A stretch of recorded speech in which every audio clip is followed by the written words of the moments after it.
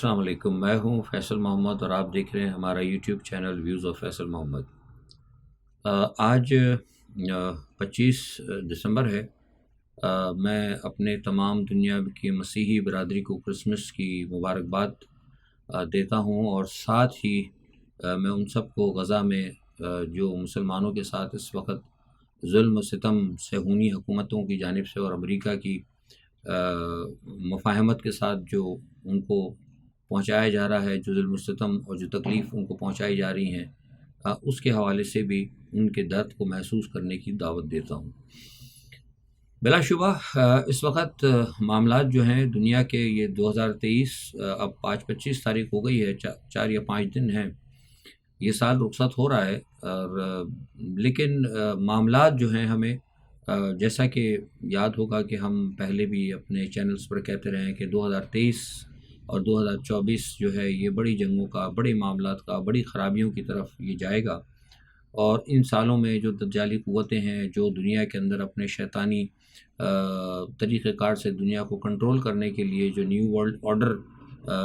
کو امپلیمنٹیشن جن کی چاہتی ہیں، وہ بہت ساری چیزیں یہاں لے کر آئیں گی۔ جنگیں بھی ہوں گی، وبائیں بھی ہوں گی، بارشیں بھی ہوں گی، موسم کی تبدیلی جو ہے وہ بھی آئے گی، بہت ساری چیزیں ہوں گی۔ لیکن ان تمام چیزوں کے باوجود جو اصل مسئلہ ہے وہ یہ ہے کہ لوگوں کی جو ساری ان چیزوں کو سمجھتے ہیں، یعنی دنیا ہے، مطلب ظاہر ہے دجالی قوت ساری دنیا تو نہیں ہے، اور بہت سارے لوگ ہیں، ساری دنیا ہے، باقی ماندہ پوری دنیا ہے۔ ان لوگوں کے ابھی تک شاید کوئی کان پر ان کے کوئی جوں نہیں رینگ رہی، ماں سوائے میں جو دیکھ رہا ہوں کہ جو روس کے اندر جو ولادیمیر پیوتن ہے، ان کے علاوہ اور کوئی شخصیت مجھے ایسی نظر نہیں آتی جو کہ دنیا کے اندر جو آئندہ آنے والی دجالی جو پلان ہے ان کے آگے کوئی بند باندھنے کی کوشش کر رہا ہو۔ بہرحال یہ تو ایک تمہید تھی جو میں نے آپ کو باندھی ہے، لیکن یہ ہے کہ معاملات جو ہے نا، مطلب وہ بگڑتے جا رہے ہیں۔ مطلب یہ جو امید ہے ہمیں کہ کوئی یہ کہتا تھا کہ شاید 2023 اگر گزر جائے گا تو 2024 کے اندر جو ہے ہمیں حالات درست ہوتے نظر آئیں گے، تو ایسا نہیں ہے، نہ میں دیکھ رہا ہوں اور نہ ایسا ہے۔ خواہشیں تو ہیں، ہماری دعائیں بھی ہیں کہ اللہ تعالیٰ 2024 جو ہے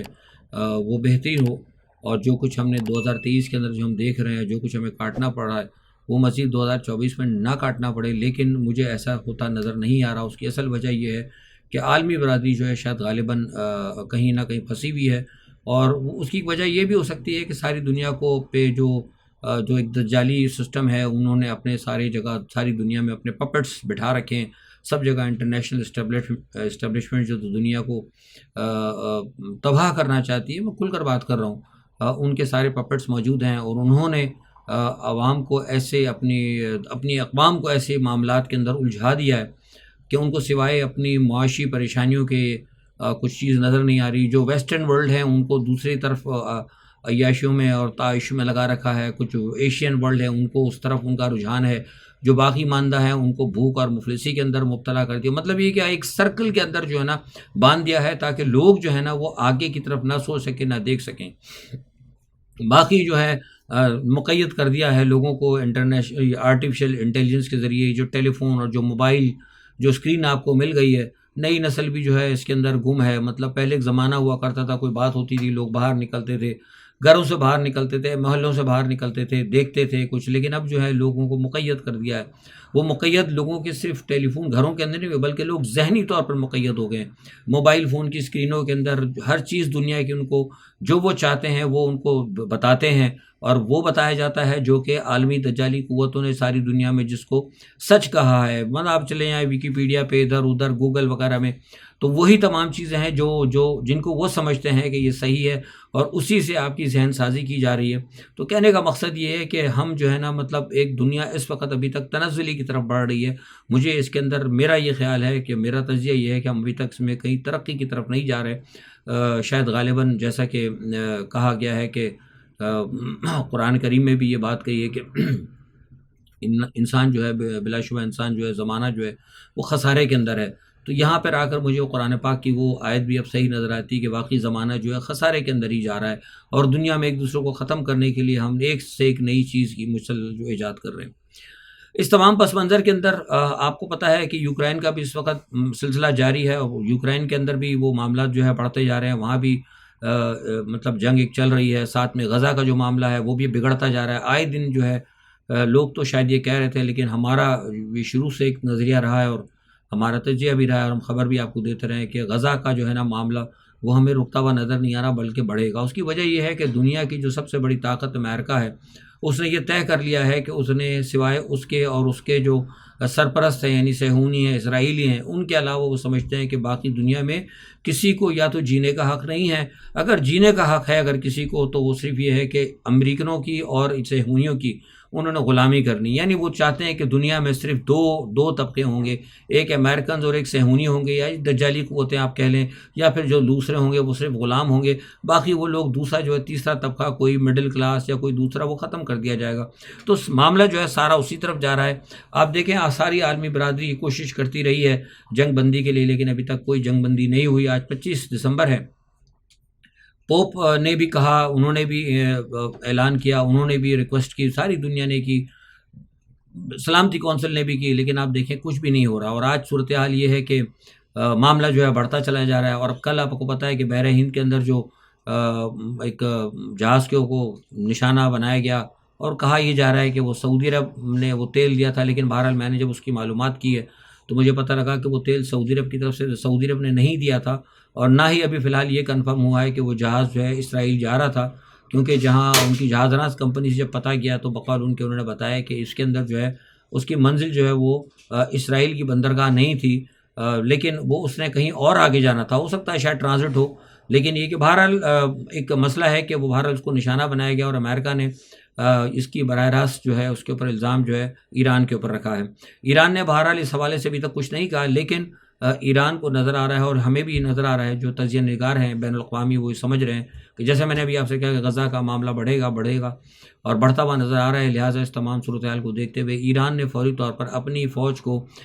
بڑا خطرناک قسم کے ایک گائیڈڈ اور بیلسٹک میزائل جو ہیں وہ دے دیے ہیں، اور یہ بیلسٹک میزائل جو ہیں یہ ایران کی بندرگاہ جو ہے وہاں سے، یہ ایران کی جو ایک اور بندرگاہ ہے جو بحر ہند کے قریب ہے کونارک، وہاں یہ پہنچا دیے گئے ہیں۔ اور ان میزائلوں کا لانگ رینج بلاسٹک میزائل کا وہاں پہنچنا اس بات کی بڑی واضح نشانی ہے کہ کہیں نہ کہیں ایران اور امریکہ کا اب ٹکراؤ، یا ایران یا اسرائیل کا ٹکراؤ اب شروع ہونے کو ہے، اور کسی وقت بھی آپ دیکھ سکتے ہیں کہ اچانک یہ ٹکراؤ ہو سکتا ہے۔ اچھا، دوسرا ایک یہ ہے کہ جو 25 دسمبر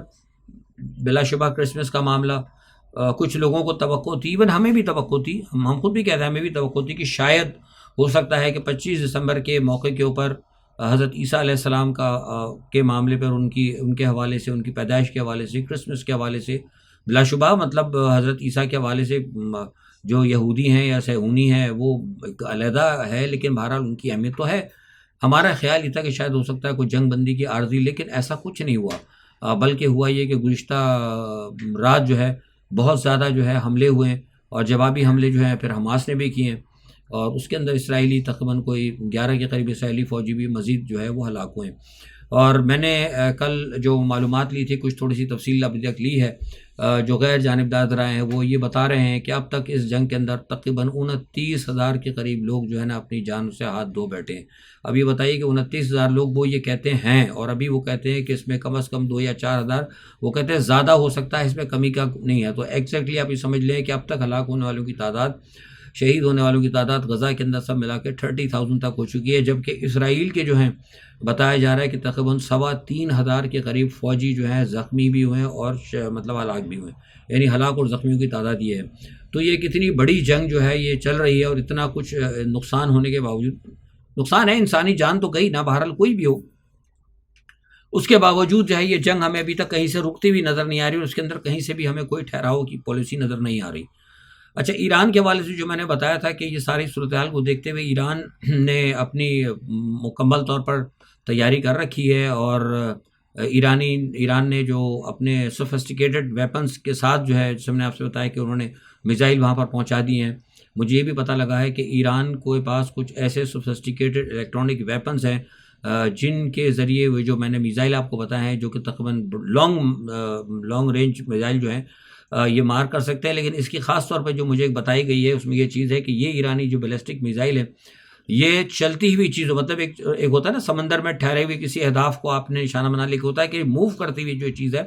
اس کو بھی یہ مطلب نشانہ بنا سکتا ہے، اور دوران اٹیکنگ یہ میزائل جو ہے اپنی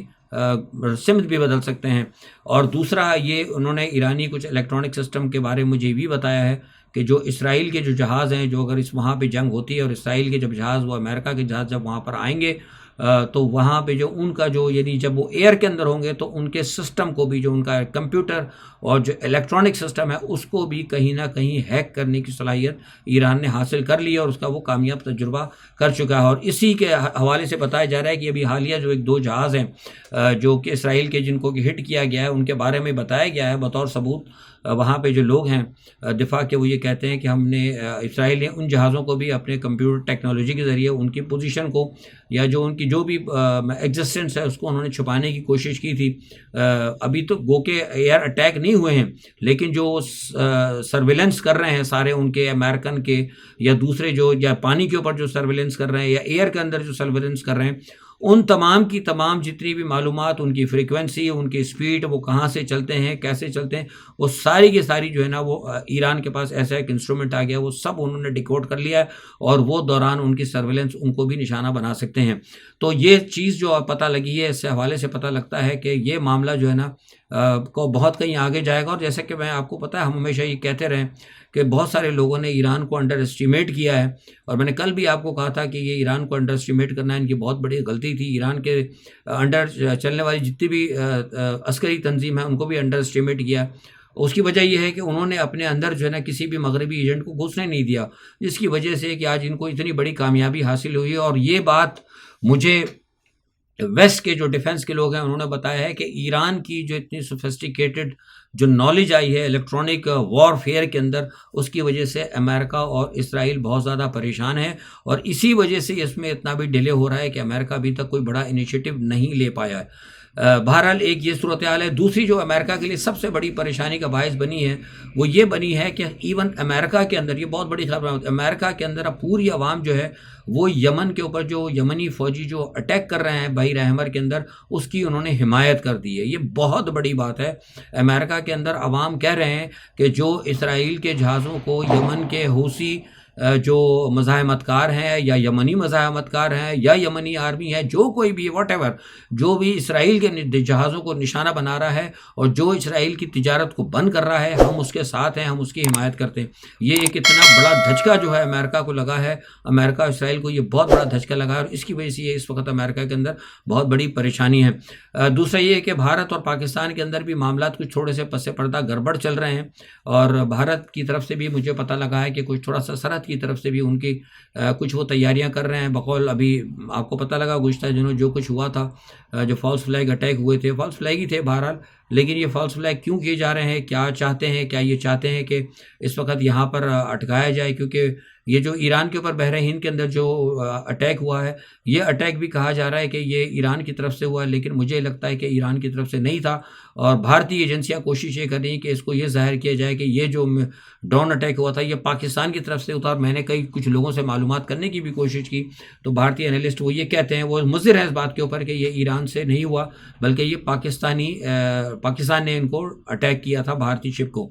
بہرحال یہ تو ایک ان کا پروپیگنڈا ہے، لیکن یہ ہے کہ بھارتی آرمی چیف منوج پانڈے نے جو ہے کشمیر کے اندر سرحدی علاقوں کا دورہ کیا ہے، اور وہاں پہ فارمیشن کا اور اٹیکنگ فورس کا انہوں نے جائزہ بھی لیا ہے۔ تو یہ صورتحال بھی جو ہمیں کہیں نہ کہیں تھوڑا سا الارمنگ لگتی ہے۔ پاکستان کے حوالے سے بات کر لیتے ہیں۔ 25 دسمبر قائد اعظم کا آپ کو پتہ ہے کہ آج یوم پیدائش ہے، اور ان کی جو باتیں تھیں اس پہ تو آج تک وہ عمل نہیں ہو رہا۔ انہوں نے ہندوستان کے لیے 14 نکات ترتیب دیے تھے، ان 14 نکات کے اوپر ہندوستان میں تو کئی نکات پہ عمل ہو رہا ہے، لیکن پاکستان ان پہ تو بات کرنا اس لیے بیکار ہے میں سمجھتا ہوں، کیونکہ وہ متحدہ ہندوستان کے لیے تھے، لیکن جو نکات انہوں نے پاکستان کے لیے دیے تھے، جو پاکستان کا انہوں نے منشور کشمیر کے حوالے سے دیا تھا، جو نقطہ تھا، جو کراچی کے حوالے سے، سب سے بڑی بات تھی ان کی خواہش تھی کہ کراچی جو ہے دارالخلافہ ہوگا، لیکن آپ نے اپنے بانی کے فیصلے کے اوپر خط تنسیق کھینچا، اور آپ نے اٹھا کے ایک ہی جنبش کے اندر ایوب خان صاحب جو ہے دارالخلافہ وہاں لے کے چلے گئے، اور بہت سارے جو قائد اعظم کی جو نکات تھے، جو ان کی خواہشات تھی، ان کی خواہشات کو منسوخ کیا گیا، اور بہت سارے قائد اعظم کے نکاتوں سے انحراف کرنے کی وجہ سے جو ہے آپ کا مشرقی پاکستان بھی علیحدہ ہوا۔ اس مسئلے پہ پھر ہم انشاءاللہ کبھی بات کریں گے، اس وقت ویلاگ لمبا ہو جاتا ہے۔ بہرحال یہ کہ یہ سلسلہ ہے، افسوس کی بات ہے کہ ہمارے بانی جو ہیں آج ہم ان کا یوم پیدائش تو منا رہے ہیں، لیکن ہم ان کے کسی بھی احکامات کے اوپر ہم عمل نہیں کر رہے، اور دنیا کے اندر ترقی یافتہ قوموں کے اندر کہیں بھی یہ وتیرہ نہیں رہا۔ دوسرا یہ کہ نیب نے ایک بڑا کمال کیا ہے کہ نیب نے جناب تمام مسلم لیگی امیدواروں کو کہہ دیا کہ آپ کے اوپر کوئی کیس نہیں ہے، ان سب کو کلیئرنس دے دی گئی ہے کہ آپ سب الیکشن لڑ سکتے ہیں۔ اور واضح طور پر نظر آ رہا ہے کہ پی ٹی آئی کو دیوار سے لگا رہے ہیں، ہم یہ شروع سے کہتے رہے ہیں، کل پی ٹی آئی کے بلے کے نشان کی واپسی کے لیے سپریم کورٹ وہ جا رہے ہیں، لیکن اب دیکھیں پتہ نہیں وہ ملتا ہے نہیں ملتا، مجھے لگتا ہے تو شاید سپریم کورٹ دے بھی دے، لیکن سوال ہی پیدا ہوتا ہے کہ وہ کتنے لوگوں کو دیں گے اگر پی ٹی آئی پہ اگر گروپنگ ہو جاتی ہے، کیونکہ مجھے پی ٹی آئی کے اندر گروپنگ نظر آ رہی ہے، اسٹیبلشمنٹ نے بڑا زبردست مطلب کام ڈالا ہے، گروپنگ پیدا کر دی ہے کافی، تو وہ کس طرح ملے گا، کیسے چلے گا، یہ بہرحال اب بھی ایک بہت مشکل سوال ہے، اس کو دیکھنا پڑے گا۔ لیکن یہ انتخابات جو ہیں میں آپ سے بتا رہا ہوں کہ میرے نزدیک، جیسے میں نے کل بھی کہا تھا، یہ انتخابات نہیں ہے، یہ سلیکشن ہو رہی ہے، لیکن یہ بتا دوں آپ کو کہ یہ انتخابات جو ہیں اس کا نتیجہ جو کچھ بھی آئے یہ انتہائی کشیدگی پہ مرتنج ہوں گے، اور ان کا جو بھی نتیجہ ہوگا وہ انتہائی کشیدہ نکلے گا، اور ملک کے حالات جو ہے نا انتخابات سے کبھی بھی درست ہونے نہیں جا رہے، کیونکہ آپ نے ایک بہت بڑی پارٹی کو دیوار سے لگا دیا، عوام کی پوری رائے کو آپ نے ٹھکرایا ہے، اور مجھے لگتا ہے کہ انتخابات جو ہے نا پرامن بھی نہیں ہوں گے، اس کے اندر آپ کو بہت سارے ایسے اچانک واقعات ہو سکتے ہیں کہ جس میں کوئی ایک دو شخصیات آگے پیچھے بھی ہو سکتی ہیں۔ بہرحال ہم تو دعا کرتے ہیں کہ اللہ کرے ایسا نہ ہو، لیکن حالات جو ہے جو بتاتے ہیں وہ یہی نظر آتے ہیں کہ یہ انتخابات جو ہیں خونی بھی ہو سکتے ہیں۔ انٹرنیشنل اسٹیبلشمنٹ بھی اس وقت پاکستان کی صورتحال کے اوپر جو ہے، جیسے میں نے کل کہا تھا کہ وہ سب کہہ رہے ہیں، وہ پریشان بھی ہیں، اور اب تو یہ تصدیق ہوتی جا رہی ہے، وہ یہ کہہ رہے ہیں کہ ہماری یہ مشق ناکام رہی ہے، اور ہم نے جس طریقے سے نواز شریف صاحب کو یہاں پہ لانچ کیا تھا، وہ بھی اب یہ کہہ رہے ہیں کہ نواز شریف صاحب کے بارے میں وہ سمجھتے ہیں کہ نواز شریف صاحب اب اکیلے پاکستان کو نہیں چلا سکتے، تو لہٰذا اب کیا چلائیں گے، کیسے چلائیں گے، کیا طریقہ کار ہوگا، یہ ایک بڑی مطلب اس کو بھی دیکھنا پڑے گا، قبل از وقت ہوگا، کیونکہ یہ الیکشن تو کروا دی، میں نے آپ سے کہا کہ الیکشن تو آرمی چیف نہیں کرانا چاہتے تھے، لیکن جیسے تیسے ان کو آرڈر مل گیا ہے تو اب وہ کروا رہے ہیں، اور الیکشن کیا سلیکشن ہو رہا ہے، لیکن اب دیکھنا یہ ہے کہ یہ سلیکشن جو ہے انتہائی کشیدہ ماحول میں، اور ایک سلیکشن جو ہے کشیدہ ماحول کے اندر سلیکشن ہو رہی ہے، لوگوں کو دیوار سے لگا کر عوام کی جو امنگیں ہیں ان کا گلا گھونٹ کر یہ جو سلیکشن ہو رہا ہے، اس کا نتیجہ کیا نکلتا ہے، اور کیا اس کے نتیجے میں مزید ہمیں نقصانات اٹھانا پڑیں گے۔ اوبیسلی جو میرا خیال ہے وہ یہ ہے کہ ہمیں مزید نقصان اٹھانا پڑیں گے۔ بہرحال ہم تو دعا کرتے ہیں کہ اللہ تعالیٰ کوئی بہتری کی صورتحال پیدا کرے۔ آج کے لیے اتنا ہی، اپنا بہت خیال رکھیے گا، اللہ حافظ۔